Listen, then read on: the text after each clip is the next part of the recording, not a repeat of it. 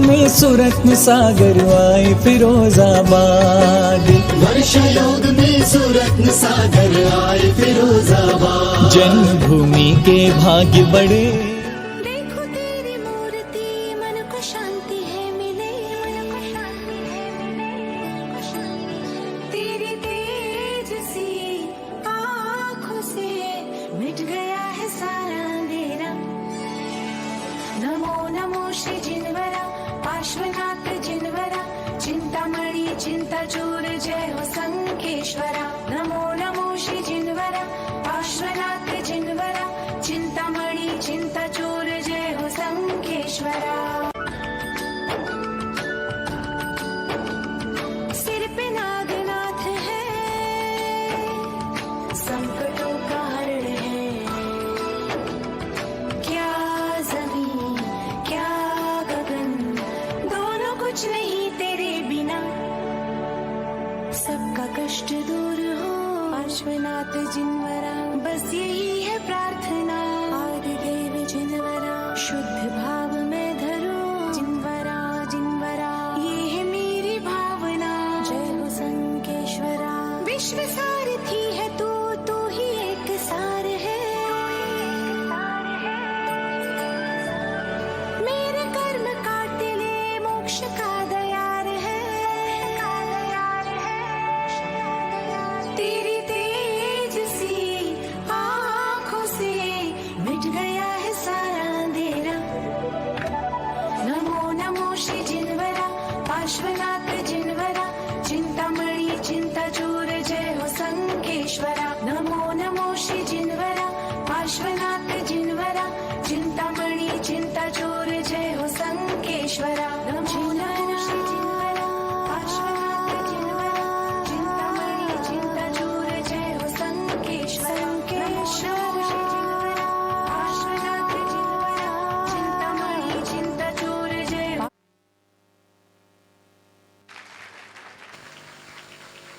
कहते हैं अकड़ना तो मुर्दे की शान होती है, अकड़ना तो मुर्दे की शान होती है। ताली वही बजाते हैं जिनके हाथों में जान होती है। तो एक बार जोरदार तालियां इस बच्ची के स्वागत के, इस बच्ची के परफॉर्मेंस के लिए।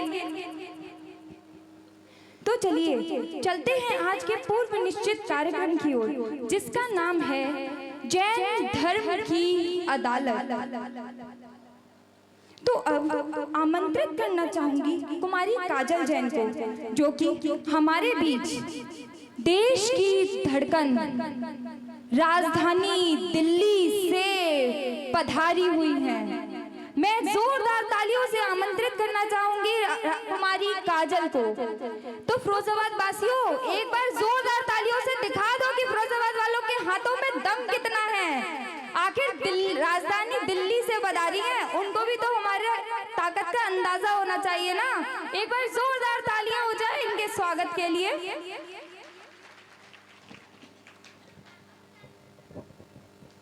तालियों में मजा नहीं आया, दोबारा बजाएंगे क्या? हाँ, अब थोड़ा ठीक ठाक सा लग रहा है। जय जने, नमस्कार, हाय, हेलो, बॉन्जूर, जमापैल काजल। इतने अचंभित मत हुइए, बता देती हूँ। मेरा नाम काजल है। आप सभी के बीच में आप सभी के प्रश्नों को लेकर आई हूँ। आप सभी में कुछ लोग ऐसे हैं जो आपके लिए दिन रात एक करके आपकी सेवा में तत्पर रहते हैं। बस उन्हीं के आगे आप सभी की भूमिका निभाते हुए उनसे कुछ सवाल करूंगी। आप सभी को आपके उत्तर दिलवाऊंगी, क्योंकि कहीं ना कहीं हर किसी के मन में, हर किसी प्रतिनिधि के लिए एक ना एक सवाल हमेशा होता है। सही कहा ना? सही कहा ना? तो सबसे पहले अपने गुरुदेव के लिए 4 पंक्तियां लेकर आई, तो उनके चरणों में रखूंगी कि दया करुणा क्षमा के संग हमें स्वीकार करते हैं, कि दया करुणा क्षमा के संग हमें स्वीकार करते हैं, हमें आशीष देते हैं, बहुत उपकार करते हैं। दिगंबर भेष और पीछी कमंडल रूप है न्यारा, दिगंबर भेष और पीछी कमंडल रूप है न्यारा। मेरे गुरुवर तो ऐसे हैं जो सबको प्यार करते हैं, मेरे गुरुवर तो ऐसे हैं जो सबको प्यार करते हैं। नमोस्तु गुरुदेव। तो चलिए शुरू करते हैं अपनी आज की अदालत। जय जिनेंद्र। आप सभी साधर्मी बंधुओं का हार्दिक अभिनंदन। गुरु जन्मभूमि वर्षा योग समिति फिरोजाबाद आप सभी का हार्दिक स्वागत व अभिनंदन करती है। आप सभी देखने जा रहे हैं सबसे पहली व सबसे बड़ी जैन समाज की अदालत। आज इस धार्मिक अदालत में मैं बुलाना चाहती हूँ आपके नगर फिरोजाबाद के प्रतिष्ठित गणमान्य धर्म स्थलों के कर्मठ कार्य सेवक के रूप में, जिन्होंने अपना स्थान बनाया है और बहुत बड़े बड़े कार्यों को करके सभी के हृदय में अपना स्थान बनाया। आइए मैं आवाज दे रही हूँ, आइए मैं आवाज दे रही हूँ ललितेश अंकल जी को।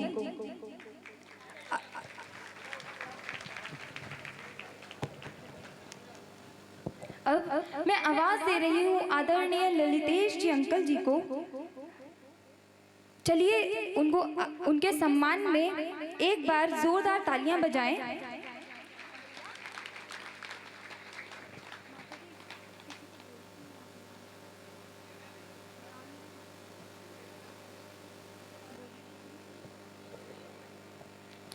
तो चलिए इनकी प्रतिलब्धियों पर एक छोटी सी झलक डालते हैं। अब मैं आप ऐसे व्यक्ति हैं जिन्होंने साधुओं के चतुर्मास को सकुशल संपन्न कराने में सहयोग करा है तथा आप धर्म कार्यों में सदा ही आगे दिखाई देते हैं। आप ऐसे आदरणीय ललितेश जी अंकल। अब मैं आवाज देना चाह रही हूँ आदरणीय अरुण जी अंकल जी को। आदरणीय अरुण जी अंकल, स्वागतम स्वागतम स्वागतम स्वागतम स्वागतम स्वागतम स्वागतम स्वागतम। आप एक ऐसे व्यक्ति हैं जो समाज के हर कार्यों में बढ़ चढ़कर हिस्सा लेने में यकीन रखते हैं। जोरदार तालियों के साथ प्लीज। आपने अनेकों संस्थाओं में कई पदों पर स्थित रहकर कई कार्य किए हैं, जैसे कि फिरोजाबाद में जितने भी चातुर्मास हुए उन सभी में आपका सहयोग रहा। ट्रामा सेंटर फिरोजाबाद के ट्रस्टी व भारतीय जैन मिलन फिरोजाबाद के 3 साल अध्यक्ष रहे और सभी अभी वर्तमान में श्री 1008 चंद्रप्रभु दिगंबर जैन मंदिर अतिशय क्षेत्र समिति में कोषाध्यक्ष पद पर हैं। एक बार जोरदार तालियां ऐसे आदरणीय अरुण जी अंकल जी के लिए। अब मैं आवाज देना चाहूंगी श्रीमान डॉक्टर धीरेन्द्र कुमार जी जैन को। तो चलिए डालते हैं एक झलक इनकी उपलब्धियों पर भी। सन 1991 में महावीर जयंती के उपलक्ष्य में आप अध्यक्ष रहे हैं और 15 साल से जैन मेला के कोषाध्यक्ष भी रहे हैं तथा वर्तमान में आप आचार्य सौभाग्य सागर क्षेत्र कमेटी में अध्यक्ष भी हैं। आपने पास के गांव चारखी तथा करबला जैन मंदिर में प्रतिमाओं की चोरी होने पर सारी मूर्तियां ससम्मान विराजित करवाई थी। ऐसे धीरेन्द्र कुमार जी जैन के लिए एक बार जोरदार तालियां।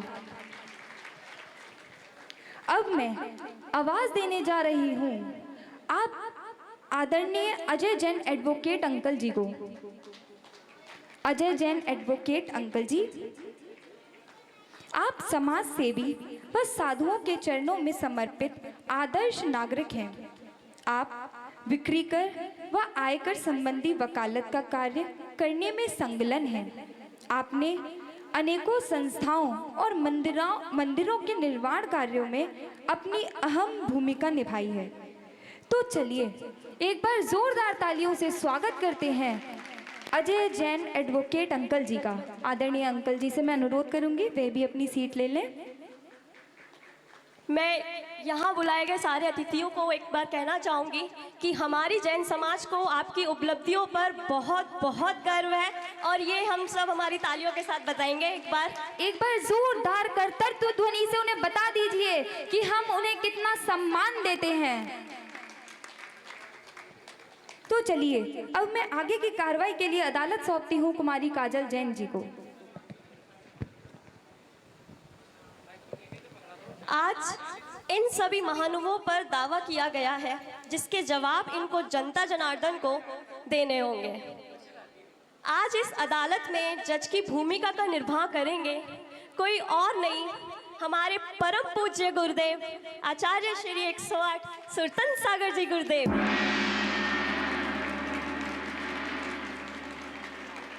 सबसे पहले मैं अपने परम पूज्य गुरुदेव का आशीष प्राप्त करना चाहती हूँ कि मैं अपने कार्य को धर्म निष्ठा के साथ संपन्न कर सकूं। नमोस्तु गुरुदेव, मैं इजाजत चाहती हूँ।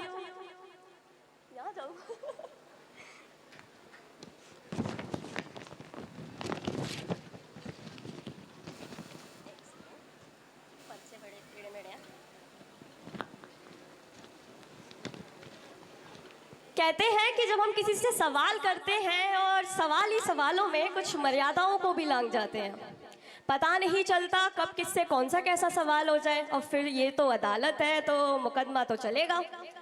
तो इसलिए पहले ही मैं इस अदालत की मर्यादा को बनाए हुए कोई भी ऐसा प्रश्न नहीं करूंगी जिससे आपके आत्मसम्मान को ठेस पहुंचे, और अगर जाने अनजाने में बातों ही बातों में मैं कोई ऐसी बात निकाल जाती हूँ तो मैं उसके लिए क्षमा प्रार्थी हूँ। चलिए आइए इस अदालत को आगे बढ़ाते हुए मुझे यहाँ आने के बाद जानकारी मिली कि अरुण जी को, आदरणीय अरुण जी को पीली कोटी के नाम से जाना जाता है। मुझे बड़ी दिलचस्पी हुई ये जानने में कि पीली कोटी क्यों। तो आज मैं इसके पीछे का राज जानना चाहती हूँ और आप सबको भी बताना चाहती हूँ कि इन्हें पीली कोटी के नाम से क्यों जाना जाता है। तो मैं उनसे निवेदन करती हूँ कृपया मेरे प्रश्नों का उत्तर दें और मुझे बताएं कि आपको पीली कोटी के नाम से क्यों जाना जाता है।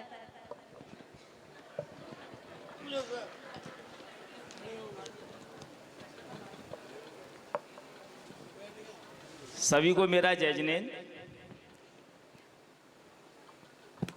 जिस स्थान पर मैं रहता हूँ सन 1975 में ये मेरे परिवार द्वारा खरीदी गई थी और यहाँ सरकारी दफ्तर हुआ करता था।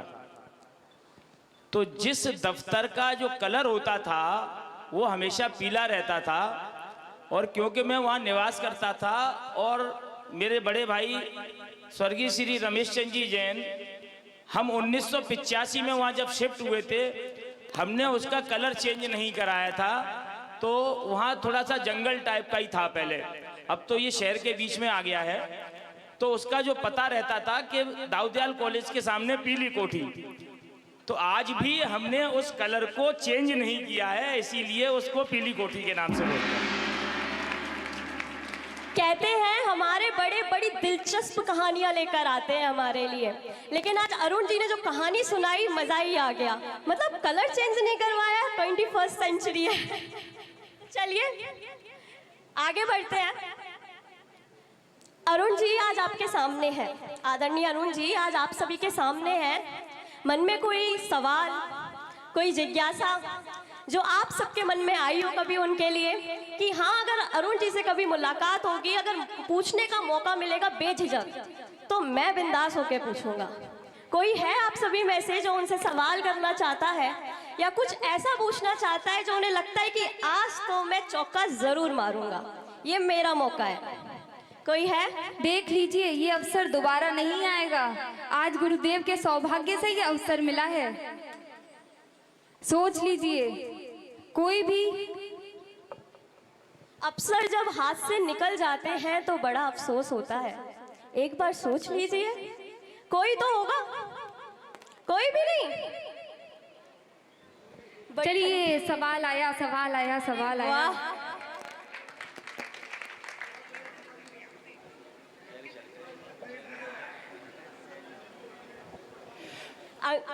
अंकल जी आपका नाम? शैलेंद्र जैन शैली, वर्षा योग समिति एक बार महामंत्री। जोरदार तालियां तो बजा दीजिए, इतनी हिम्मत। बोलिए आचार्य गुरुवर सूरत सागर जी महाराज की। आज के इस कार्यक्रम में मेरा प्रश्न श्रीमान अरुण कुमार जी जैन पिलीकोठी से यह है कि आपके द्वारा किए गए कार्य समाज के सभी जो भी कार्यक्रम वगैरह होते हैं और जितने भी चतुर्मास होते हैं, आपके द्वारा उनको पूर्णतः निष्पक्षता और पूर्ण संलग्नता, पूर्ण मेहनत के साथ किया जाता है। और आपके द्वारा किए गए कार्यों को फिरोजाबाद समाज में उस तरह से नहीं देखा जाता जिस तरह के आप उसके हकदारी हैं। मेरा आपसे प्रश्न है, फिरोजाबाद में आचार्य गुरुवर, आचार्य प्रवर 2 चतुर्मास यहाँ पर संपन्न हो रहे हैं। आपके द्वारा इस दोनों चतुर्मासों को एक जगह कराने के लिए जो प्रयास किए गए उसमें आपको सफलता क्यों नहीं मिल पाई, और आगे ऐसा आप क्या करेंगे कि हमारे समाज को एक रूप से, एकता के रूप में जोड़ सकें और इस सभी बिंदुओं पर आप अपना आप अपने विचार व्यक्त करें इस पंक्ति पर जो अंकल जी ने प्रश्न उठाया। बहुत ही खतरनाक प्रश्न है, लेकिन बहुत ही अच्छा प्रश्न है।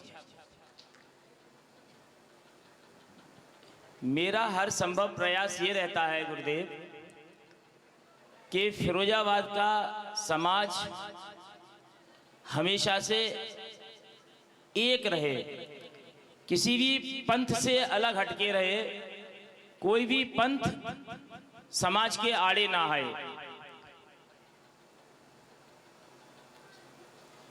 फिर भी कुछ विषमताएं ऐसी होती हैं, कुछ विचारधाराएं समाज की इस तरीके की होती हैं जो विपरीतात्मक कार्य करने में सक्षम रहती हैं, और अगर हम उनका विरोध करते हैं तो विरोधाभास बढ़ जाता है। इसलिए ये दोनों चतुर्मास आज अलग अलग दिख रहे हैं। मेरा पूरा प्रयास था कि ये दोनों चतुर्मास एक ही मंच पर हों। मैंने चंदा प्रभु मंदिर जी में दोनों आचार्यों को एक मंच पर भी बिठाया और कोशिश की कि एक चतुर्मास हो जाए, लेकिन कहीं कुछ विषम परिस्थितियों में, क्योंकि कार्यक्रम पहले से कुछ तय हो चुके थे, इसलिए वह एक मंच पे तो नहीं हुए, लेकिन फिर भी फिरोजाबाद का ये सौभाग्य है कि दोनों मंच बड़े कार्यक्रमों में साझा करते हैं। तो मैं तो ये मानता हूं चतुर्मास आज भी एक हो रहा है फिरोजाबाद के अंदर, लेकिन हम सब अपनी विचारधाराओं को इसी तरीके से रखें कि ये चतुर्मास एक ही है, दो नहीं है। स्थान अलग अलग जरूर हैं। फिरोजाबाद के अंदर लगभग 41-42 मंदिर हैं।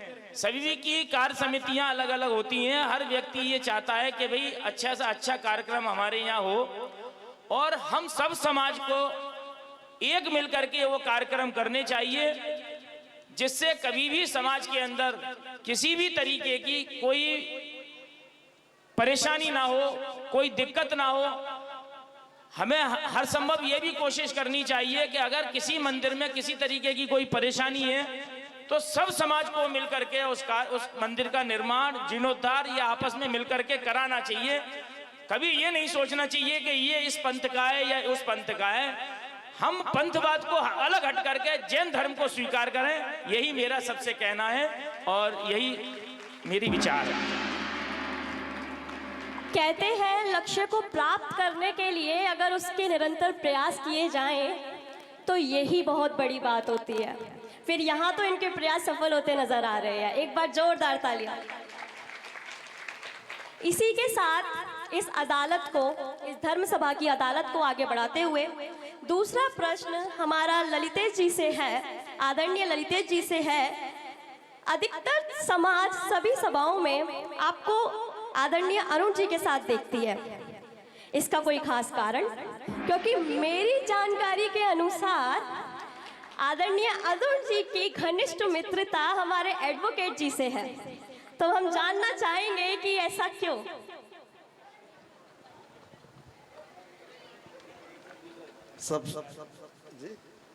सबसे पहले मैं यहाँ पर उपस्थित जैन समाज को बहुत बहुत बधाई देता हूँ। उन्होंने मुझको अदालत में आने का जो मुझे मौका दिया उसके लिए बहुत बहुत बधाई। अरुण जी से मेरा निकटता क्यों है, ऐसी कोई बात नहीं। अरुण जी से मेरे विचार मिलते हैं और हम एक मिलकर 11 मिलकर पूरे समाज में हम एक नया संदेश देना चाहते हैं, जिससे एक समाज एकजुटता रहे। क्योंकि आज हम देखते हैं कि हमारी जनसंख्या सिर्फ 44 लाख है। अगर हम आपस में लड़ेंगे तो आज हमारी स्थिति वही हो जाएगी जो आज आहूती समाज की है। इसलिए कुछ लोगों का ये विचार है कि अरुण जी से मित्रता है। नहीं, अरुण जी से मित्रता तो है, अजय से भी हमारी मित्रता है। अजय के साथ भी हम तीनों लोग साथ साथ काम करते हैं, और क्योंकि हम लोगों के विचार आपस में बहुत समानता रहती है, इसलिए हम लोग आपस में मिलकर फिरोजाबाद का नाम पूरे भारतवर्ष में पहुंचाना चाहते हैं, ऊंचाई पर पहुंचाना चाहते हैं, जिससे फिरोजाबाद जैन समाज का नाम पूरे भारतवर्ष में हो। इसी भावना के साथ हम लोग कार्य करते हैं। जय जय। कहते हैं कि एक खराब गाड़ी को अगर 2 जने मिलकर धक्का लगाएं तो गाड़ी कहीं ना कहीं तक तो पहुंच ही जाती है। तो ऐसा ही कुछ हो रहा है कि गाड़ी कहीं ना कहीं तक तो पहुंच ही रही है। इसी बात के लिए जोरदार तालियां। हमारे ललितेश जी ने अपने प्रश्नों का उत्तर बड़ी सूझबूझ के साथ दिया। अब मैं चाहूंगी कि आप सभी में से कोई एक सवाल उनसे पूछे, जो भी आपके मन में हो। चांद सब आपको दिया जा रहा है, कोई तो प्रश्न होगा। क्या बात है, मोनू भैया अपने एक बार जोरदार ताली बजाइए। बोलिए आचार्य गुरुवर सूरत सागर जी महाराज की जय। मेरा आपसे यह प्रश्न है, आप विगत लगभग 30 साल से समाज सेवा कर रहे हैं। क्या आपके मन में कभी यह विचार आया कि जैन समाज की एक चिकित्सालय हो, एक विद्यालय हो, एक भवन हो जिसमें गरीब बच्चों की शादी हो सके? ऐसा कोई विचार आपके मन में आया? बहुत ही सुंदर प्रश्न है। अब देखते हैं अंकल जी क्या जवाब देते हैं। चतुर्मास वर्षा योग कमेटी के अध्यक्ष हमारे भतीजे मोनू जी ने जो क्वेश्चन किया है, उसके लिए मैं सब लोग बहुत अच्छा प्रश्न है। ज्वलन समस्या है आज हम लोग शिक्षा क्षेत्र में पिछड़े हुए हैं, और हम फिरोजाबाद में एक जैन भवन नहीं है और यहाँ पर हॉस्पिटल नहीं है। उसके लिए मेरा एक सुझाव है कि उनकी जो विचार है बहुत अच्छा विचार है। हम सब लोगों को मिलकर और हम एक काम करेंगे और इस विषय पर हम काम करेंगे तो हम अवश्य ही हम इस काम में सफल होंगे। ये मेरी प्रयास रहेगा, और मैं कोशिश करूंगा आने वाले समय में इस पर मैं प्रयास करके इस समस्या का समाधान करूं और इस शहर में एक सबसे पहले जैन भवन दूं, जिससे कि यहाँ पर बच्चों की शादी और रहने की व्यवस्था हो। यह मेरा मानना है और मैं कोशिश करूंगा। आप सब लोगों का सहयोग चाहूँगा कि आप मुझे अपने कंधे से कंधा मिलाकर मुझे सहयोग दें, तो मैं इस कार्य करने में समक्ष हूँ। यही भावना मेरी है। बड़ा ही उम्दा विचार, जिसे कहते हैं ना वो उम्दा विचार, मतलब विचार अगर एक साथ मिल जाते हैं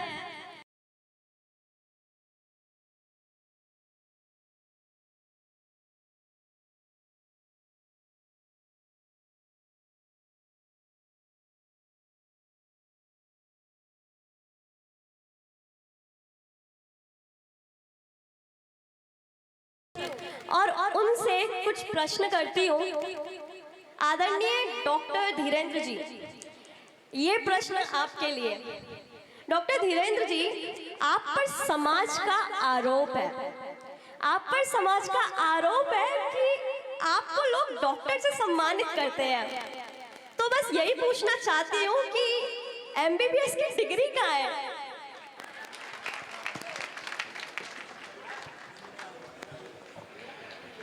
सभी भाइयों और माता बहनों को जय जिनेन्द्र सुरेंद्र सागर महाराज की जय। ये बिल्कुल सत्य है, मेरे पास किसी प्रकार की कोई भी एमबीबीएस या पीएचडी की डिग्री नहीं है, लेकिन ये मुझे सम्मान मेरे गुरुवर के भी गुरुवर आचार्य श्री सौभाग्य सागर महाराज जी ने मुझको ये डॉक्टर की उपाधि प्रदान की और बोले तुम डॉक्टरी तो कर नहीं पाओगे, तुम ईंट ऐसी बनाओ कि तुम्हारा नाम फिरोजाबाद में एक अलग से छाप बन जाए। और इसी तरीके से मैं निरंतर प्रयास करता रहा और आप सब लोग की कृपा से आज फिरोजाबाद जिले के अंदर सबसे टॉप की ईंट बनाने वाला मैन्युफैक्चर हूँ मैं। डॉक्टर ईंट है ये, डॉक्टर ईंटों ना भाई, ईंटों के डॉक्टर हैं, इन्होंने ईंटों में पीएचडी की है, इसलिए उनको डॉक्टर की उपाधि मिली हुई है। क्या बात है, क्या बात है। हमारे गुरुदेव के पास कोई भी चला जाता है, वो जो चाहता है उसे मिल ही जाता है। अब देख लीजिए, धीरेन्द्र जी को डॉक्टर की डिग्री मिल गई, तो हमें क्या नहीं मिलेगा? जोरदार तालियां। चाहूंगी कि अगला प्रश्न आप में से कोई लेकर आए। अरे भैया, बड़ा बुरा हाल है रे। अरे नीचे वालों, आ जाओ, हाथ उठा लो, यहाँ तक बुला लेंगे। कोई तो प्रश्न।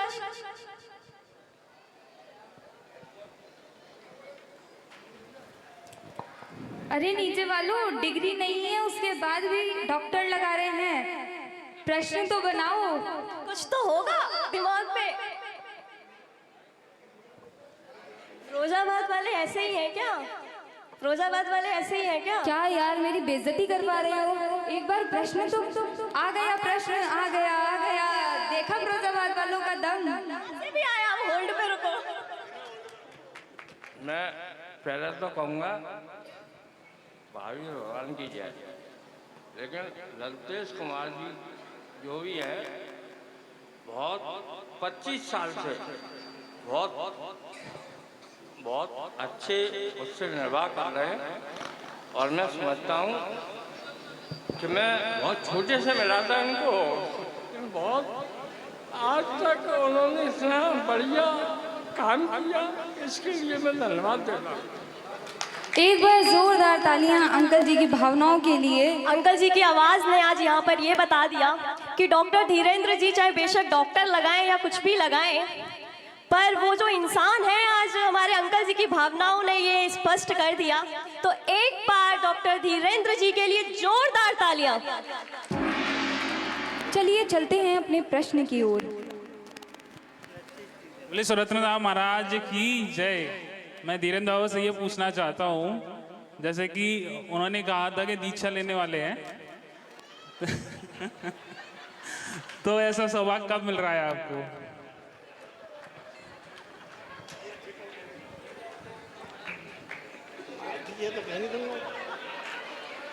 हेलो, वही सुरेंद्र सागर महाराज की।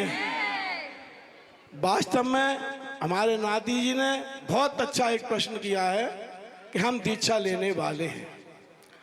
आपको मैं एक बात बता दूं, जब से पर्युषण पर्व और आचार्य श्री के सानिध्य में यहाँ पे जो पूजा अर्चना होती है, तो उनसे इतने भाव हो जाते हैं कि ये घर द्वार भट्टा मोहल्ला कुछ नहीं है, शिवा भगवान जी और महाराज जी के चरणों में पड़े रहो और उन्हीं के आशीर्वाद लो, उन्हीं से ज्ञान प्राप्त करो और आगे अपना जीवन यापन करो।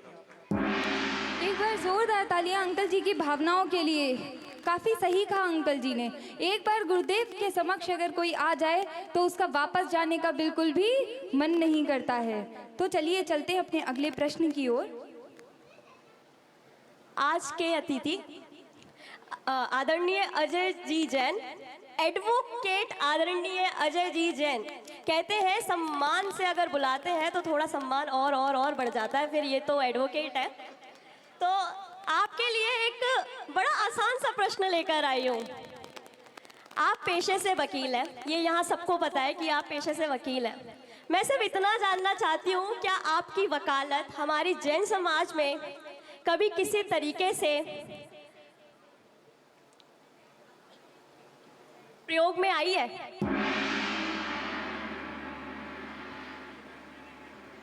ये मेरे सौभाग्य की बात है कि मैं पैसे से एडवोकेट हूँ और सेल टैक्स और इनकम टैक्स ही देखता हूँ।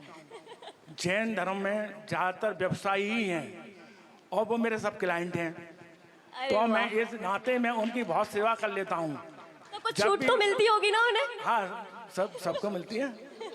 मिलती है, छूट मिलती है। बिल्कुल तो भैया बोल रहे हैं यहाँ जाता। अरे मेरे 2 क्लाइंट अभी यहाँ बैठे हैं, दोनों उद्योगपति, तीनों उद्योगपति हैं। देखिए, अजय जी के बारे में मैं एक बात कहूँगा। अजय जी ने कभी प्रैक्टिस में जो प्रैक्टिस करते हैं बिल्कुल निष्ठा के साथ करते हैं, कभी इन्होंने पैसे की तरफ ध्यान नहीं दिया। और कुछ क्लाइंटों के लिए इन्होंने ये किया, कुछ क्लाइंट इनके बेचारे समय के अनुसार थोड़े डाउन हो गए, तो उनसे कभी उनसे फीस भी नहीं ली और उनका कार्य पूरा किया। इनके जो सीनियर क्या नाम है अधिकारी हैं, वो आजकल मालूम है घूस का ज़माना है, तो घूस के ज़माने में और अगर कोई वकील होता है तो वो अगर 1 लाख रुपए दिलवाता है तो ये कोशिश करते हैं कि 25,000 में काम हो जाए। ये इस तरीके की व्यवस्थाएं देते हैं। इनके लिए वास्तविकता में इतनी जोर से तालियां बजनी चाहिए कि यहाँ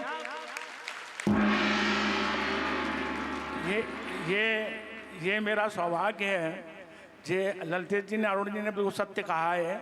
मैंने यहाँ पे जो उद्योगपति थे मेरे सामने सन 90 में मैंने 88 में प्रैक्टिस करी, तो 88 में वो उच्च शिखर पर थे और 94 में जाते जाते वो डाउनफॉल में आ गए और इतने डाउनफॉल में आ गए कि वो हैंड टू माउथ हो गए। और यहाँ के बहुत बड़े उद्योगपति थे, तो उन्होंने, उनके दूसरा अधिवक्ता था, नाम मैं नहीं लूँगा यहाँ पर, उन्होंने उनकी फाइल को फेंक दिया फीस के अभाव में और रिश्वत के अभाव में। तो मेरे पास वो आए कि भाई अजय भाई मेरी मदद करो, मैं बहुत परेशान हूँ। और मेरे एक मित्र को लेके आए कि वास्तव में ये बहुत परेशान है, इनकी मित्र जो है थोड़ी सी समस्या को सुनो और इनका समाधान करो। मैंने उनसे कहा, मैंने आप जाओ और सो जाओ और मैं आपका समाधान कर दूंगा, आप निश्चिंत रहो, ना मैं फीस लूँगा ना आपकी रिश्वत जाएगी। और अरुण जी साथ गवाह हैं इस बात के कि मैंने उनके मेरे ख्याल से इतने केस कराए और अफसर को भी बताया कि जे 20-20 फर्म चलाते थे, आज इनकी स्थिति देने की नहीं है, न मुझे फीस दे पाएंगे ना आपकी रिश्वत दे पाएंगे, और आप इनका ख्याल रखते हुए इनको थोड़ी सी मदद करें। तो उन्होंने ये बिल्कुल स्पष्ट मेरी बात का विश्वास करते हुए, क्योंकि मैंने छल कपट नहीं किया, मैंने जैन धर्म को और देव सतगुरु को मानते हुए ही मैंने अपनी साधना करी है और अपनी प्रैक्टिस करी है। और मैंने हमेशा दीन दुखियों की हमेशा मदद करी है। मेरे पास जब भी कोई आया है दीन दुखी, अगर कोई आया है मेरे लिए, मेरे पास आया है कि मुझे सर्विस दिलवा दो, मेरा व्यापार करा दो, तो मैंने कई लोगों को सर्विस दिलवाई है। और आज तक मेरे को नहीं मालूम मैंने इनको सर्विस दिलवाई है। इन्होंने मुझे खुद बताया कि भाई साहब आपने तो मुझे यहाँ पे लगाया है, आज मैं 20 साल से यहाँ लगा हूँ और अच्छी पोस्ट पर लगे हैं। तो मैंने इस पैसे में बहुत मदद करी है और जैन धर्म की मदद करी, जैनित समाज की मदद करी है। Thank you. इसी बात पर अहिंसा परमो धर्म की अजय जी ने बताया कि किस तरीके से उन्होंने सेवा की है। अगर हमारी जैन सभा में ऐसी सेवा का भाव रखने वाले कुछ व्यक्ति और आ जाएं, तो ये समाज का कुछ ना कुछ तो हो ही जाएगा। चलिए इसी के साथ आगे बढ़ते हुए आप सभी से, बहुत बार हो गया ना, आप सोच रहे हो इधर इधर इधर इधर इधर इधर इधर, आप सभी के पास आती हूँ और आपसे पूछती हूँ, कोई तो प्रश्न होगा आप सभी के मन में। अरे भाई, वुमेन एम्पावरमेंट के नारे लगाने वालों कभी तो बोलो, कोई तो बोलिए।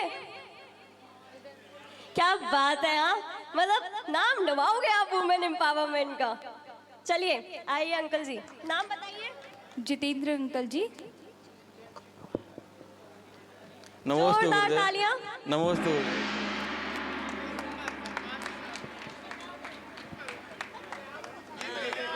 आ जाइए ऊपर आ जाइए।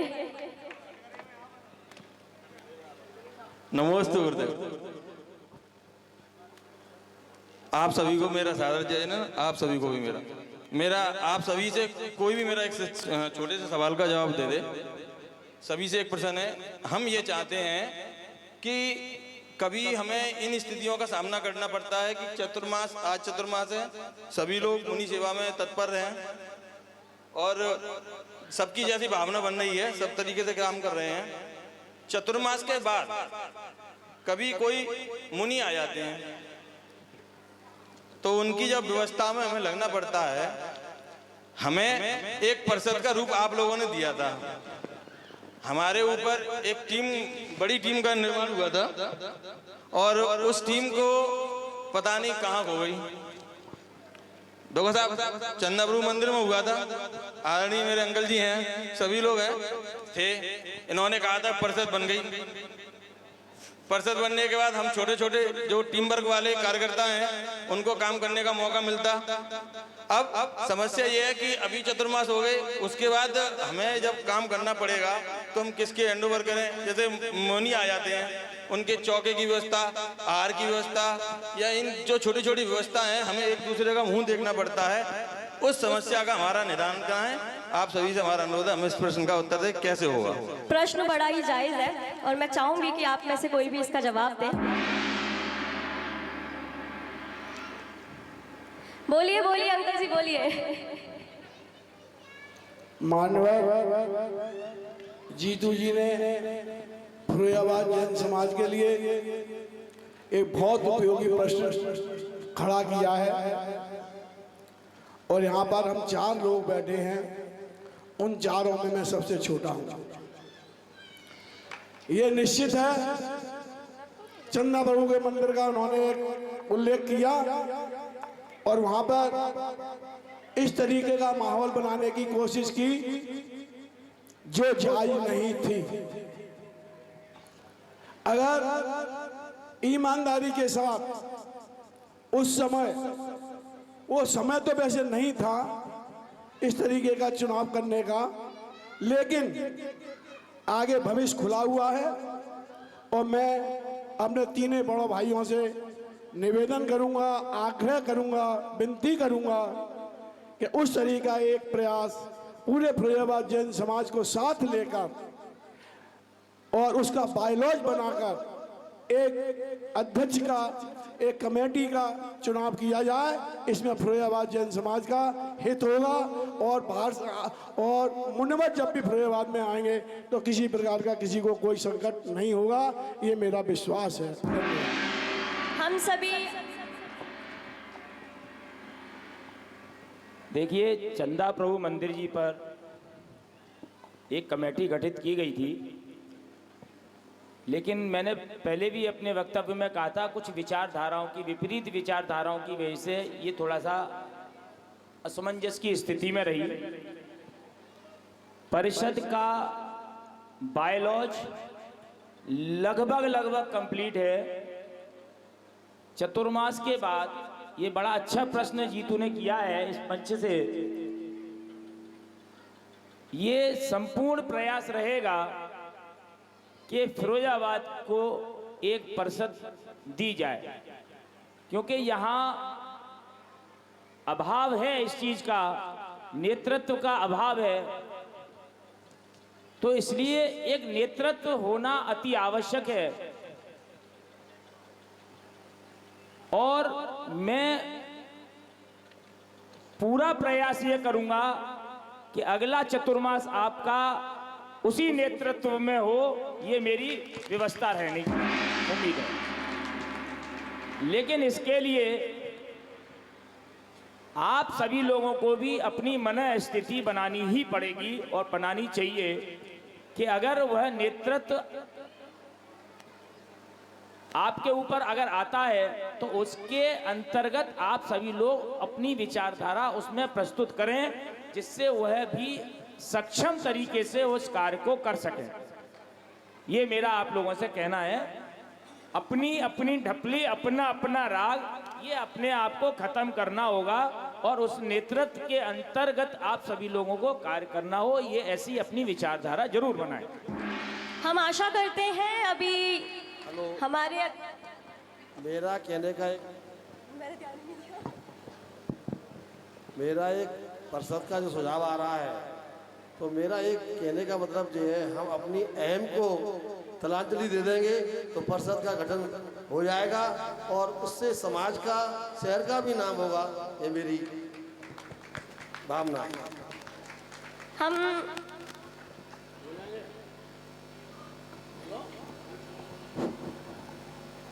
परिषद तो करीब करीब तैयार है। चंदा प्रभु मंदिर में जो इलेक्शन हुआ था, बहुत कम समय में और गलत तरीके से जैसा भी था वो हो गया। डॉक्टर साहब उसका पुनरावृत्ति ना करें, लेकिन मैं बल आपको आश्वासन देना चाहूँगा कि परिषद का गठन करीब करीब हो चुका है और अरुण जी ने वो तैयार कर लिया बायलॉज। केवल रजिस्टर्ड कराने की ज़रूरत है और आप लोगों को बैठने की ज़रूरत है। आप लोग पहले समझ लें, उसका अनुमोदन कर दें और हम रजिस्टर्ड करा दें। केवल हाँ, आपको हाँ करने की ज़रूरत है। और अगला चतुर्मास, जैसे अरुण जी ने कहा कि अगला चतुर्मास शायद उसी परिषद के तहत हो, आप अपनी मन स्थिति बना लें। मेरी ऐसी भावना है। हम आशा करते हैं आप सभी के शब्द हमारे जनता जनार्दन तक अच्छे से पहुंच गए होंगे और उन्हें यकीन आ गया होगा कि अगर वो थोड़ा सा सहयोग करेंगे तो शायद परिषद के ऊपर काम किया जा सकेगा। तो इसी के साथ आगे बढ़ते हुए एक ऐसा प्रश्न है जो शायद हर युवा के मन में जो कार्य करेगा उसके समक्ष आएगा। तो मैं आप सभी से पूछना, अच्छा please please, finally women empowerment, कोई बात नहीं, मैं आ जाती हूँ।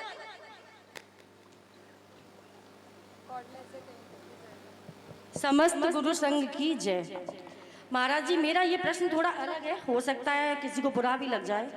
मैं ये पूछना चाहती हूँ कि जो करता है वही कटघरे में क्यों खड़ा होता है, चाहे मोदी हो या पदाधिकारी हो। जनता की कोई जिम्मेदारी नहीं होती कभी। जनता की जिम्मेदारी होनी चाहिए या नहीं? सफाई अभियान मोदी, गाली पड़ रही, गंदगी पड़ी है, और हम क्या करते हैं? सफाई में गंदा करते हैं। चलिए इसका सवाल मैं देती हूँ जवाब।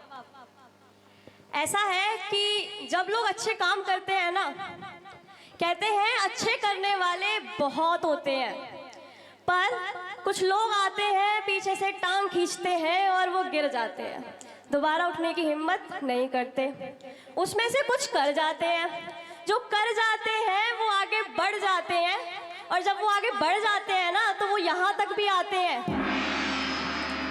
क्यों? क्योंकि उनके मन में सवाल होते हैं, जो जनता के लिए जो वो काम कर रहे हैं, उनके मन में सवाल होते हैं कि ऐसा क्यों हुआ।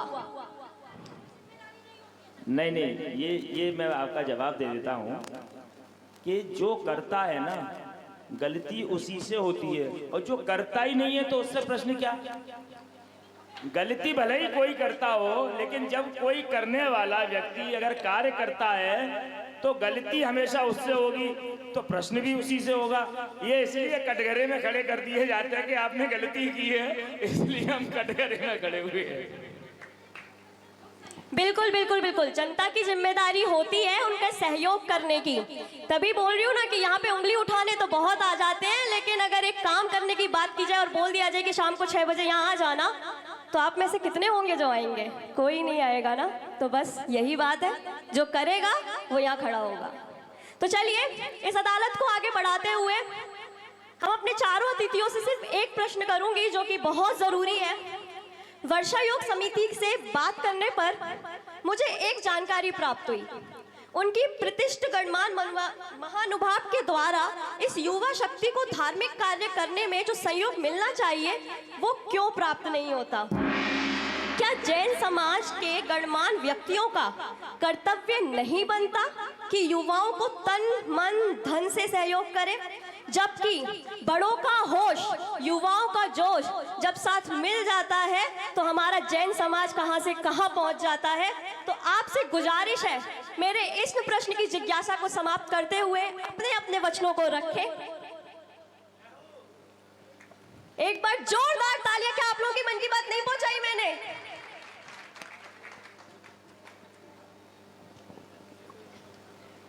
ये जो आपने प्रश्न किया है कि बड़ों का सहयोग नहीं मिलता, ये थोड़ा सा अभी गलत है। मैं समझता हूं कि जहां तक अगर चतुर्मास कमेटी ने कोई ऐसा कार्य या सुझाव या परामर्श हम बड़ों से अगर मांगा है या किसी भी तरीके की धन से संबंधित या कार्य से संबंधित कोई भी जानकारी उपलब्ध कराने की बात कही है, तो हम सीनियर्स ने, बड़ों ने हर संभवतः यह कोशिश की है कि उस कमेटी का सहयोग करें। कहीं भी अगर कमेटी को किसी भी जगह अगर ऐसी दिक्कत आई है तो वो पर्सनली किसी जगह बताएं, तो उसको भी पूर्ण करने की पूरा प्रयास किया जाएगा, ये मेरा वादा है। क्या बात है। अब मैं युवा समिति, वर्षा योग समिति से चाहूंगी कि देखिए, हमारा ये चतुर्मास छठवां, पांचवा छठवां है। चाहे बावली माता जी का हो, प्रमाण साहब महाराज जी का हो, निर्भय सागर महाराज जी का हो, या वैष्णवजी महाराज जी को हो, विनोद शाह महाराज जी को, या सुरतन साहब महाराज जी का हो, या किसी का भी रहा हो, तो हमारे साथ टीम रही है। जो आज निमिष जैन हैं, शैली हैं, जीतू आई हैं, ये एक्चुअल में हमारे साथ ही इन्होंने छोटेपन से काम किया है और आज इस स्तर पर पहुंच गए हैं जो अध्यक्ष बन गए हैं। तो आप ये कैसे कह सकते हैं इनको सहयोग नहीं मिला? अगर सहयोग नहीं मिला होता तो ये आज अध्यक्ष बनकर कैसे बैठे होते हैं? इतने बड़े पदाधिकारी हैं और हम तो इनके केवल मार्ग संरक्षक बनकर रह गए हैं। अगर ये मार्गदर्शन चाहेंगे तो हम देंगे, अगर नहीं है तो नहीं। ये अपने आप में सक्षम है, आज ये इनको सहयोग की जरूरत नहीं है, लेकिन फिर भी इनकी बहुत सद्भावना है। ये हमसे हमेशा सहयोग मांगते हैं और हम सहयोग देते हैं, कभी सहयोग की जो है कमी नहीं रहेगी। Thank you. मैं चाहूंगी कि गुरुदेव के सानिध्य में जो भी जिसके मन में है, अगर युवा समिति की मन में कुछ बातें हैं तो वो आज यहाँ पे कर ले, क्योंकि शायद इससे अच्छा मौका नहीं मिलेगा। अगर आपको लगता है कि आपके मन में कुछ चीजें हैं जो आप कहना चाहते हैं।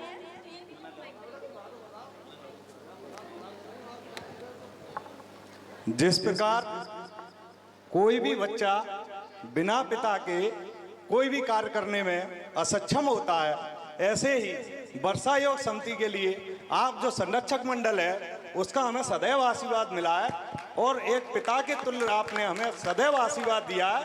और हम आगे भी आशा यही करते हैं कि हम आपके संरक्षण में सदैव इसी प्रकार कार्य करते रहें। ऐसा कोई मन में विकल्प नहीं है।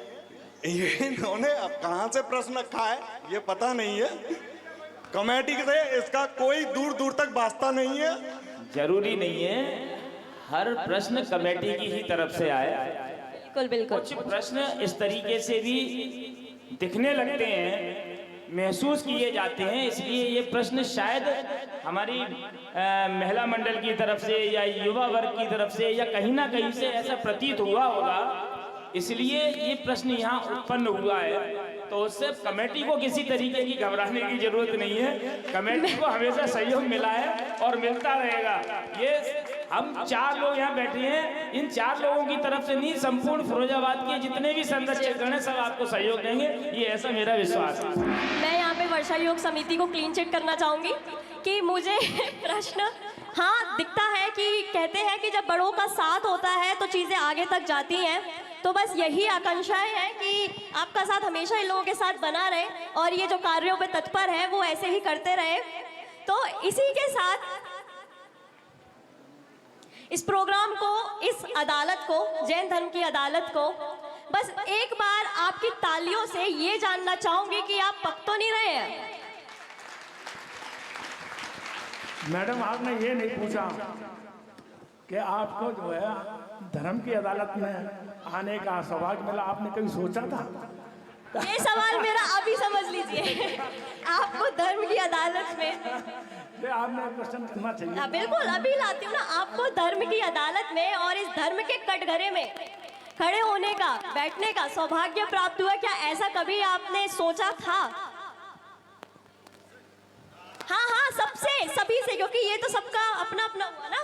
खैर, आचार्य स्वतंत्र सागर महाराज जी के चरणों में नमस्ते करते हुए, मैं तो प्रोफेशन से वकील हूँ, मैंने तो हमेशा कटघरे में ही खड़ा किया है लोगों को।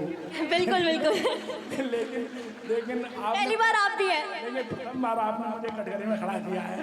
जय, आप धन्यवाद की पात्र हैं और साधुवाद की भी पात्र हैं। मैं तो केवल यही बात करूँगा कि आज आचार्य स्वतंत्र महाराज जी के पावन सानिध्य में बैठने का मौका मिला। धन्यवाद।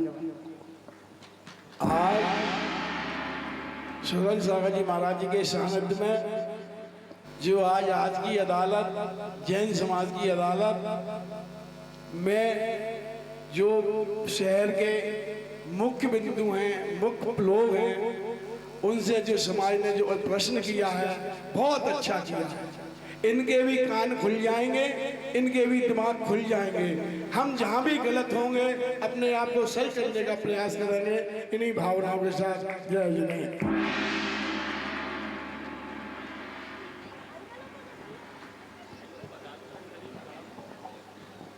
मुझे आज आचार्य जी की कृपा से मुझे धर्म की अदालत में आने का जो एक मौका मिला, उसके लिए मैं आचार्य जी को कोट कोट नमन करता हूँ। और आकर यहाँ मैंने जो समाज का जो नया रूप मिला, उसके लिए मैं बहुत आभारी हूँ। जय जय।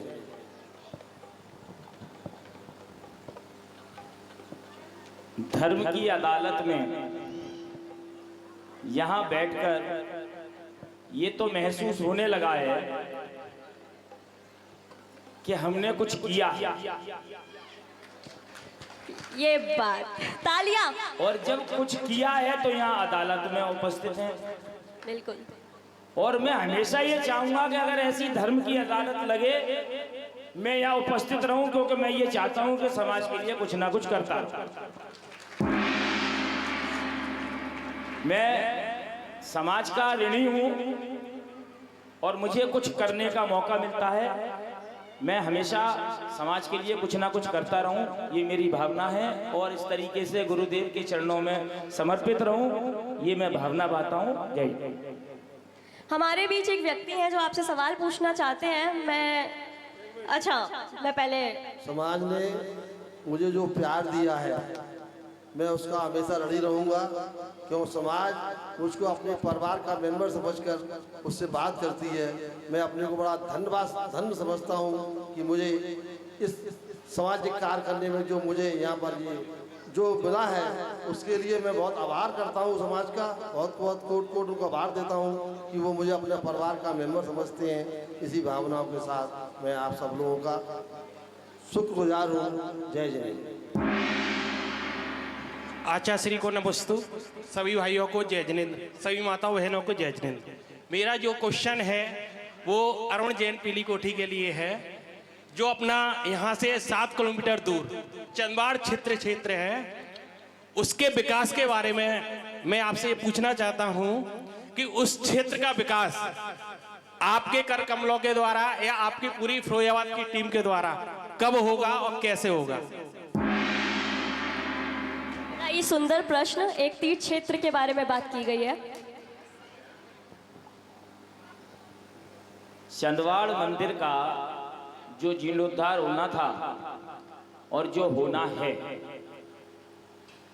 आज भी अभी जब मैं मंदिर चंद्रबाबू मंदिर से चला था तब भी मेरी ये चर्चा हो रही थी कि गुरुदेव का आदेश आया है कि उस कार्य को जल्दी कराएं।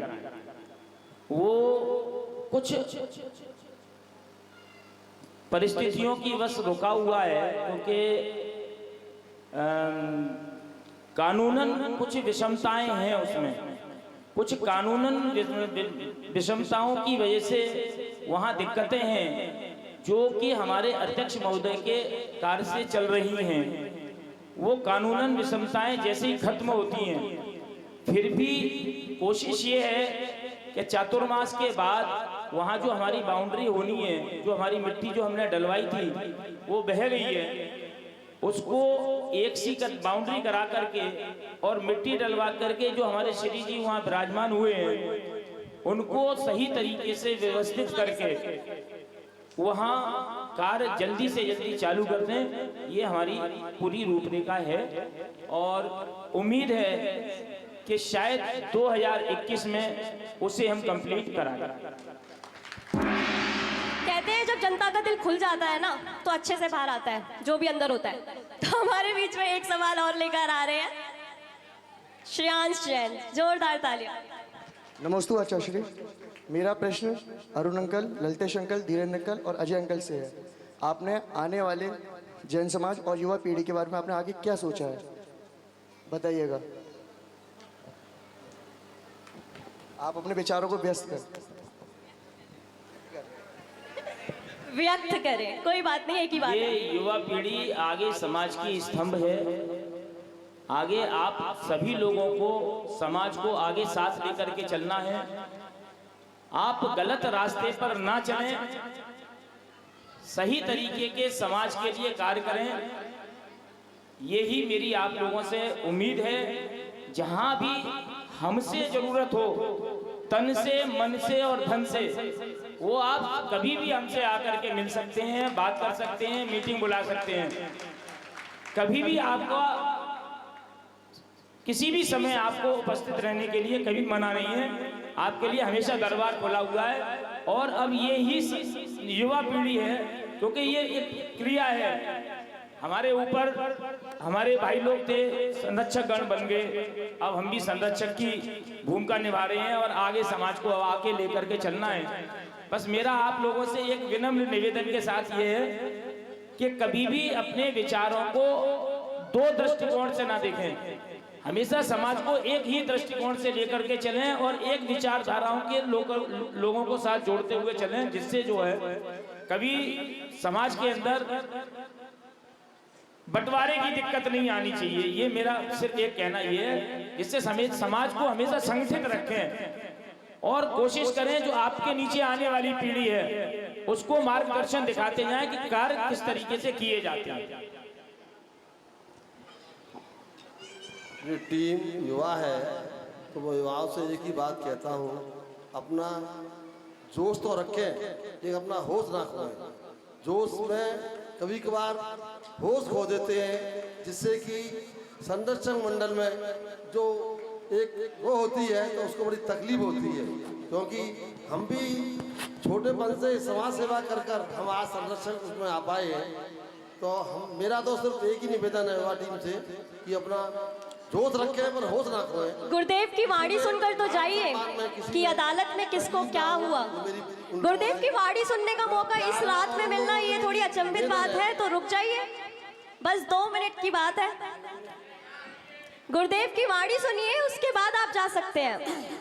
मना नहीं करूंगी, बस 2 मिनट की बात है, कोई भी बाहर बस 2 मिनट की बात है। उनकी वाणी को विराम देते हुए आगे बढ़ाऊंगी, बस 2 मिनट। गुरुदेव की वाणी सुने बिना जाएंगे तो कैसे चलेगा। चलिए आगे बढ़ते हैं।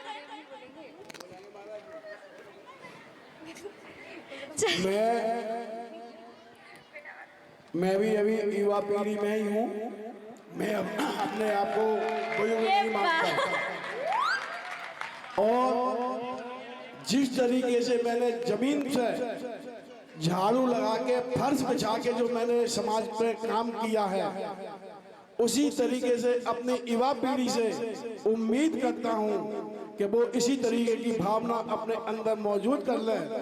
और मैं विश्वास दिलाता हूँ जब उनके अंदर ये भावना पैदा हो जाएगी तो निश्चित ही फिरोजाबाद का कोई भी बड़े से बड़ा व्यक्ति आपके लिए, आपके आगे झुक के आएगा, ये मेरा विश्वास है। दावे का उल्टा होता है वादे। जैसे हमने इस युवा पीढ़ी को साथ लेकर आए हैं, जैसे हमारे माँ बाप ने हमको उंगली पकड़ के मंदिर जाना सिखाया और हम मंदिर आना सीख गए और हम प्रक्षाल करना सीख गए, पूजन करना सीख गए और आचार्य भगवान के संपर्क में आए, उनके दर्शन किए, उनका लाभ लिया और आज हम जैनी बन गए। तो हमारा केवल एक ही सुझाव है युवा पीढ़ी से, अब तो हम बुजुर्ग अवस्था में आ गए, अब हमारा संरक्षक मंडल में ही नाम रहेगा, हम युवा तो है नहीं, अब युवा आप हैं, तो आप एक नीचे वाली पीढ़ी को साथ लेकर के चलें, जैसे हम आपको साथ लेकर के चले थे, आप यहाँ तक पहुँचे। भगवान केवल यही बात कहते हैं, भगवान के जब दर्शन करते हैं तो हम खुली आंखों से दर्शन करते हैं और भगवान से पूछते हैं, भगवान रास्ता बता कि तू यहाँ तक कैसे पहुँचा। तो भगवान केवल एक ही बात कहते हैं कि मैं रास्ता छोड़ आया हूँ, तू केवल स्वाध्याय तो कर, अगर स्वाध्याय करेगा, पढ़ेगा, तो वो रास्ता मैं बता के आया हूँ, तू मेरे तक पहुँच जाएगा। तो मेरी भावना केवल यही है और आप लोगों से केवल सुझाव मेरा यही है कि आप छोटी पीढ़ी को अपने साथ रखें, उनको साथ में लें, उनको जोड़ें और मुनि महाराजों के संपर्क में लाएं और आहार चर्या कराएं और तमाम दुनिया की जो क्रियाएं हैं वो कराएं। मैं तो केवल यही कहूँगा, ब्रह्म सागर महाराज जी का चतुर्माह सन 2016 में हुआ था, तो मेरी गाड़ी का एक्सीडेंट हुआ एर्नाकुलम में, एंडिवर गाड़ी थी मेरी, 1.5 गाड़ी थी, मैं चला रहा था, पीछे से ठोक तो मेरी पत्नी, मैं और मेरे बच्चे थे और गाड़ी कम से कम 20-30 फुट आगे सड़क गई अपने आप और गाड़ी बिल्कुल डैमेज हो गई, लेकिन मेरे कोई चोट नहीं आई। लेकिन उसमें क्या था कि ब्रह्म सागर महाराज की कैसेट बन रही थी भक्ता मर की। अभी परसों का ही मैं आपको बता दूं, परसों मैं जब पूजा कर रहा था तो मैं हाथ धोने गया उधर की तरफ, तो पर्दा सरक के आ गया, मैंने पर्दा हटाया तो मैंने समझा कि पर्दा दूर होगा तो मैं नीचे गिर गया। अब लेकिन आचार्य स्वतंत्र राव महाराज की कृपा देखो, इस यहाँ की भक्ति की कृपा देखो, इस भूमि की कृपा देखो और यहाँ के जो मंत्र हैं महाराज जी जो कराते हैं, वीर शांत धारा कराते हैं, उसकी ऊर्जा को देखो। मैं गिर गया, ये संभव तो साक्षात है, जेपी साक्षात है, अरुण जी साक्षात है, मैं इतने ऊंचे से गिरा और मेरे कोई चोट नहीं लगी। यहाँ की कृपा तो देखो आचार्य श्री की, ये आचार्य मैंने सुनाए हैं, ये भगवान निर्गंत होते हैं, ये देते लेते कुछ भी नहीं है, भगवान कुछ भी नहीं देते, इनसे मत मांगो, लेकिन ये बिना मांगे इतना देते हैं कि आप संभाल नहीं पाओगे। मेरे पे तो इन आचार्यों की ही कृपा है। देखो हम अरुण जी और ललित भाई साहब तो धर्म 2000 से जुड़े हुए हैं, बावली माता जी से बहुत लगाता और कोई मुनि का ऐसा नहीं है। मैं तो महावीर नगर में रहा, गली नंबर 1 में है, तो यहाँ घंटा बजता था, तो मेरी भावना ये थी डॉक्टर साहब कि जब भी मैं मेरे जब भी जो घंटा बजे आचार्य, जब भी जो घंटा बजे तो मेरे बेडरूम में आवाज आए। तो प्रभु ने ऐसी सुनी कि मेरे को यहाँ पे 3000 वर्ग फुट का प्लॉट दिया और बावली भगवान के पाए हाथ को दिया, तुम जीतू बैठा है, जीतू के सामने तो मेरी टंकी दिखती है। मैं जब बावली माता जी भोजन आहार लेती थी तो बावली भगवान के सामने लेती थी, तो ऐसा बढ़िया दिया। और मुझे ऐसा सौभाग्य मिला कि यहाँ पे जो भी छदामीलाल जन्म मंदिर में साधु आता है, आज ये सौभाग्य तो जीतू ने ले लिया है, लेकिन उससे पहले सौभाग्य मेरे को था कि जब भी कोई भगवंत आते थे तो उनका आहार मेरे यहाँ लग जाता था। लेकिन ये आचार्य इनका सौभाग्य मिला, जीतू को त्यागी प्रति जीतू हो गए, तो इनको मिल गया, ये बहुत बहुत धन्यवाद की बात है। लेकिन मैं यही आपको सुझाव दूंगा, आप छोटी पीढ़ी को जोड़ें, हम भी आपको जोड़ के लाए हैं और आप यहाँ तक पहुँचे हैं और आप संस्कारी हो गए हैं। आप नीचे की पीढ़ी को संस्कारी बनाएं, जैनी बनाएं।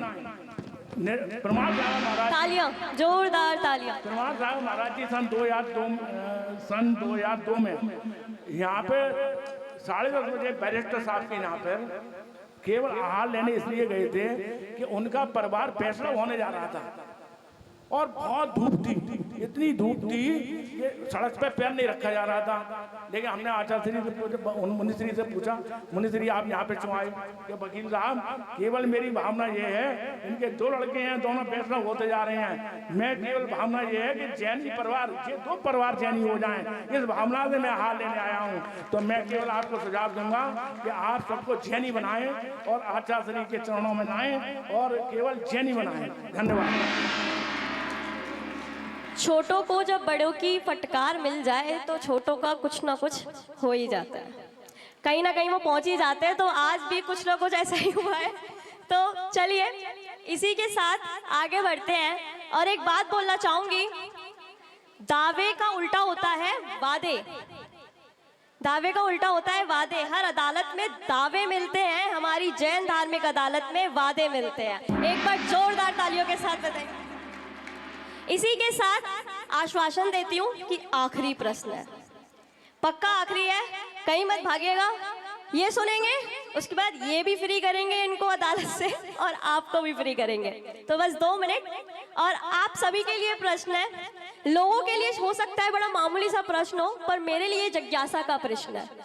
तो आप सभी से पूछना चाहूंगी, अगर आप में से किसी को भी हमारे प्रधानमंत्री बनने का अवसर मिले तो आप भारतवर्ष की जैन समाज के लिए क्या कदम उठाएंगे? इतना अच्छा मौका दिया है मैंने प्रधानमंत्री के सपने सजाने का।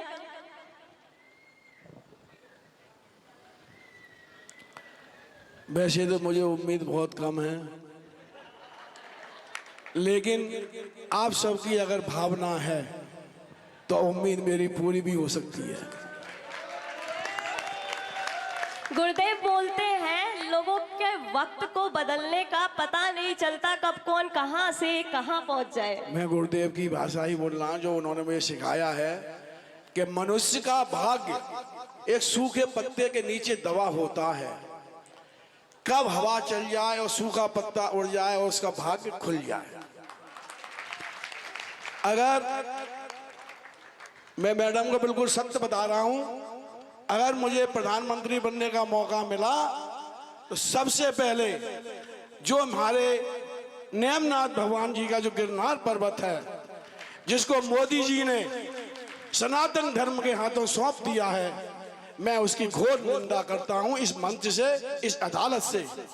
और अगर मौका मिला तो सबसे पहला प्रथम कार्य यही होगा, जो गिरनार पर्वत भगवान नेमनाथ का जो मोक्ष स्थल है उसको मैं आजाद कराऊं।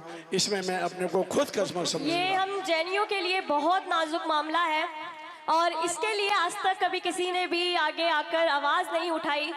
तो मैं कहना चाहूंगी कि अगर ऐसी भावनाएं रही तो हम चाहेंगे कि प्रधानमंत्री आप बने, क्योंकि गिरनार तो हमें चाहिए, आज नहीं तो कल चाहिए, पर गिरनार तो हमें वापस चाहिए। कई संवैधानिक विरोधाभास रहता है, अगर कोई प्रधानमंत्री बन भी जाता तो चाहकर भी ये काम नहीं कर पाता जो वो व्यक्तिगत रूप से चाहता है, चाहे मोदी जी हों, चाहे कोई अन्य जन समाज का कोई प्रधानमंत्री बन जाए, क्योंकि कॉन्स्टिट्यूशनल संवैधानिक मर्यादाएं होती हैं। संविधान में परिवर्तन करना इतना आसान बात नहीं होती कि वो इतना जल्दी परिवर्तन कर दे और हम जैनियों को अपना अधिकार दिला दे। लेकिन अगर मैं एक दिन का प्रधानमंत्री बना तो अगर एक दिन का प्रधानमंत्री मैं बना तो मैं आपको आश्वस्त करता हूं कि जितनी जैन सिद्ध क्षेत्रों पर आधिपत्य हो चुका है उनको मैं मुक्त कराने का प्रयास करूंगा और मुक्त कराकर ही रहूंगा, ऐसा मेरा बात है। धन्यवाद। हमारे अजय जी, आदरणीय अजय जैन जी ने ये हमें बताया अपनी बातों में कि मैं बेशक जैन हूँ पर मैं पेशे से एडवोकेट ही हूँ। जोरदार तालियां एक बार। अरुण जी जैन प्लीज। गुरु जी का आशीर्वाद रहेगा तो हो सकता है। वैसे तो अब उम्र 60 साल की हो गई और 60 साल के बाद ही अब प्रधानमंत्री बन रहे हैं, वैसे तो डेट ही खत्म हो जाएगी। तो अगर मौका मिलता है तो हमारे तीर्थ क्षेत्र अजय जी खत्म करा देंगे और मैं अपने नवयुवक बच्चों के लिए शिक्षा का और चिकित्सा का क्षेत्र बिल्कुल फ्री करा दूंगा, जिससे जो है किसी भी तरीके की किसी को दिक्कत नहीं आनी। फ्री से मुझे याद आया, दिल्ली में हमारे केजरीवाल जी ने भी यही किया हुआ है, इसलिए हमारी इकोनॉमी बहुत खराब चल रही है। इकोनॉमी तो देश की खराब नहीं रहती है, बना दी जाती है, ठीक है। और ये तो व्यक्तित्व पे डिपेंड करता है कि उस इकोनॉमी को किस ओर ले जाए। बिल्कुल बिल्कुल, ऐसे नहीं चलेगा। देखिए आपने कहा कि मैं प्रधानमंत्री बन जाऊं तो असंभव है, लेकिन कुछ भरोसा नहीं कल क्या हो जाए। फिर असंभव नहीं हुआ ना? भरोसा नहीं कल क्या हो जाए, ये थोड़ी कहना संभव भी हो सकता है, लेकिन हम जिस उम्र के पड़ाव पर हैं तो मुझे नहीं दिखता कि मैं प्रधानमंत्री बन पाऊंगा, समझे। लेकिन अगर प्रधानमंत्री बनता हूं तो सबसे पहले मैं गुरुकुल की शिक्षा पर जोर दूंगा। आज हमारे जो संस्कार खत्म हो गए हैं बच्चों के, वो संस्कार में दोबारा हो जाएं। आज हम बहुत पढ़ गए लेकिन हमने अपने संस्कार खो दिए, और आज जो वर्तमान समय में जो चल रहा है वो हमारे संस्कार खत्म होने की वजह से चल रहा है। मैं सबसे पहले ये मेरी भावना है कि गुरुकुल में पढ़कर बच्चे पढ़ते भी थे और उनमें संस्कार पैदा भी होते थे। संस्कार पैदा होना बहुत बड़ी बात है, क्यों संस्कार ही मनुष्य को जीवन में अपने परायों का बोध कराते हैं। ये मेरी ये वो है धारणा है। जोरदार तालियों के साथ अभिनंदन करेंगे। आज की इस धर्म सभा की अदालत को मैं यहाँ पर विराम देती हूँ और अपने चारों अतिथियों का बहुत बहुत धन्यवाद करती हूँ कि उन्होंने अपना कीमती समय हमें दिया, हमारे हर जिज्ञासा का समाधान किया। और मैं चाहती हूँ कि हमारे जज और हमारे परम पूज्य गुरुदेव अपनी वाणी, गुरुदेव बोल रहे हैं, मैं नहीं बोलूंगा, लेकिन मैंने झूठ नहीं बोला था, मुझे पहले यही बोला गया था, तो मैं झूठी नहीं हूँ। लेकिन इसी के साथ मैं उनका डिसीजन आप तक पहुंचाऊंगी। हमारी गुरु प्रज्ञा की दीदी, वाणी है, गुरु की वाणी है, लिख करके उन्होंने दिया हाँ, है। बिल्कुल तो आप बिल्कुल।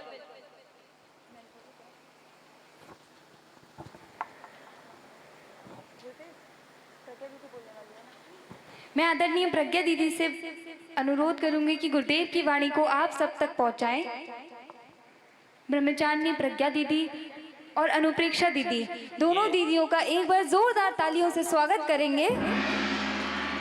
दोनों गुरुदेव की वाणी हम तक पहुंचाने। गुरुजी का अदालत का जजमेंट जब तक आए, मैं सर्वप्रथम इन दोनों बच्चियों का बहुत बहुत बधाई देना चाहता हूं कि जिस तरीके से इन दोनों ने इस अदालत को चलाया है, वाकई ऐसा लग रहा था कि ये आपकी जो अदालत आती है उससे कहीं कम नहीं थी। और प्रश्न को जिस तरीके से और जिस ढंग से प्रस्तुत किया गया है, इनके लिए जितनी तारीफ की जाए उतना कम है। ये इस बच्ची ने जिस तरीके से इस अदालत को हैंडल किया है और जो वक्तव्य और जो इसकी वाणी है, ईश्वर इसको इतना ऊंचा लेकर के जाए, इतना ऊंचा लेकर के आए, ये जैन समाज का नाम रोशन करे। जय बोले परम पूज्य गुरुदेव आचार्य श्री कृष्ण रत्न सागराचार्य गुरुदेव की जय।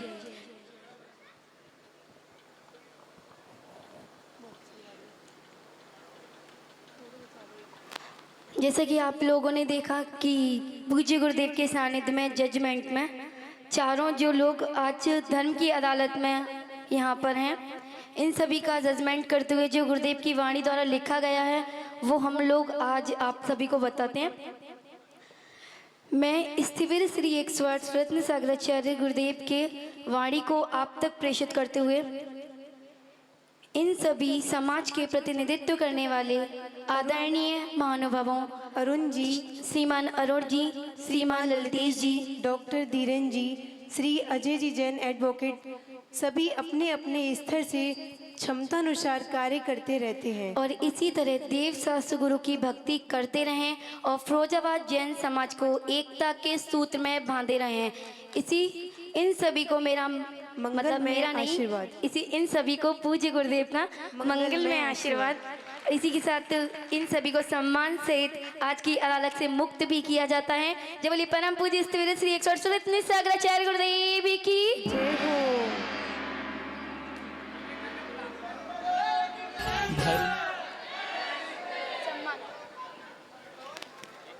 और सभी का एक साथ फोटो भी क्लिक करेंगे। कमेटी सम्मान सहित अदालत से निवाह करेगी।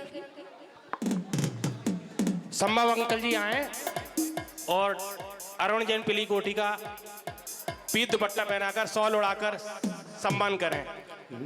प्लीज इसके हकदार हैं आप। जेपी अंकल आए और ललतेश चाचा जी का सॉल उड़ाकर स्वागत करें। स्वागतम स्वागतम मनोज जैन दत्ता जी, स्वागतम। श्री हीरालाल जी जैन आए और डॉक्टर धीरेन जैन जी का स्वागत करेंगे सॉल उड़ाकर। और आप सभी जो आपके बीच में जो हम लोगों के बीच में मनीष जैन भी आए और पीत दुपट्टा उड़ाकर स्वागत करें। और जो हमारे बीच में जो दो एंकर आई हुई थी उनके स्वागत के लिए श्रीमती मीनू जैन और डॉली जैन आए और उनका स्वागत करें। स्वागतम स्वागतम स्वागतम स्वागतम स्वागतम स्वागतम मनीष भाई साहब, स्वागतम स्वागतम स्वीकारो अरुण अंकल मंत्रणम स्वीकारो हमारा आमंत्रणम स्वागतम सभी लोग तालियां बजाकर उत्साहवर्धन करें। जो हमारे दिल्ली से जो आज की अदालत हुई थी उसका बहुत ही अच्छी तरह से पार्टिसिपेट किया, उनके लिए जोरदार तालियां। अपने फिरोजाबाद शहर से सभी लोग तालियां तो बजा दें जिससे ये तो लगे कि आप लोगों के सबके हाथ यहीं पर है, घर पर नहीं है। जोरदार तालियां। और अपने शहर की ही बिटिया दिव्यांशी जैन, उनके लिए भी जोरदार तालियां। हम सभी लोगों से करते हैं अभिनंदन करते हैं, हम वंदन करते हैं अभिनंदन करते हैं, हमें आपके माथे पर तिलक लगाते हैं, हम वंदन करते हैं अभिनंदन करते हैं। सभी भाइयों और माता बहनों से विनम्र निवेदन है, कल अनंत चौदस यानी अनंत चौदस होती है, सभी लोगों के प्रतिष्ठान बंद रहते हैं। तो मेरा यानी वर्षा योग कमेटी की तरफ से सभी से निवेदन है कि ज्यादा से ज्यादा संख्या में आकर धर्म लाभ लें। शांति विधान चल रहा है, उसमें ज्यादा से ज्यादा संख्या में आकर भाग लें। और ये विधान श्री आचार्य श्री के सानिध्य में चलता है। धर्म की करने को बरसात, वर्षा योग में सुरत्न सागर आए फिरोजाबाद। वर्षा योग में सुरत्न सागर आए फिरोजाबाद।